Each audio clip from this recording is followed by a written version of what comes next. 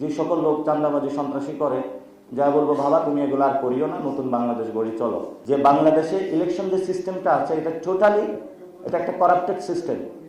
যেই সিস্টেমের মধ্যে আপনার অনেক টাকা প্রয়োজন হবে, এই টাকাগুলো হলো জনগণের পকেটের কাটা টাকা। এই পরিস্থিতি আসলে বাংলাদেশে চলতে দেওয়া যাবে না।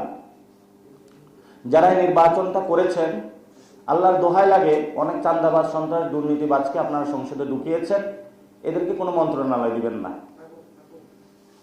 যতটুকু হয়েছে ততটুকু সীমাবদ্ধ থাকেন। চুরি করেছেন, সিনা চুরি করতে যাবেন না। এখন আমরা বিভিন্ন জায়গায় শুনতেছি, কেউ যোগাযোগ মন্ত্রণালয়, কেউ ওই মন্ত্রণালয়, কেউ গৃহায়ণ মন্ত্রণালয়। আগে যা গণপূর্ত মন্ত্রণালয় চুরি হয়েছে সেগুলোর আমরা হিসাব পাইনি, আগে যা দুর্নীতি হয়েছে সেগুলোর আমরা হিসাব পাইনি।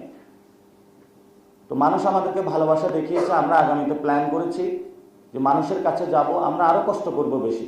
রেইনবো অলরাউন্ডার এক্সটেরিয়র পেইন্ট, বাড়ির বাহিরের দেয়ালের সুরক্ষা নিয়ে থাকুন নিশ্চিন্ত, সাথে পাচ্ছেন 10 বছরের ওয়ারেন্টি। যে মানুষগুলো আমাদের ভোট দেয় নাই তাদের কাছে যাব, যাতে তাদের মন জয় করতে পারি।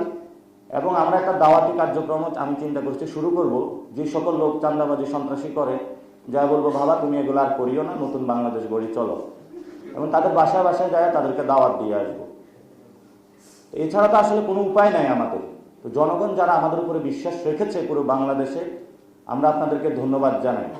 বিশেষত আমাদের কয়েকটি আসন যেটাতে আমরা পাশ করেছি, সেখানে হলো প্রবাসীদের ভোট।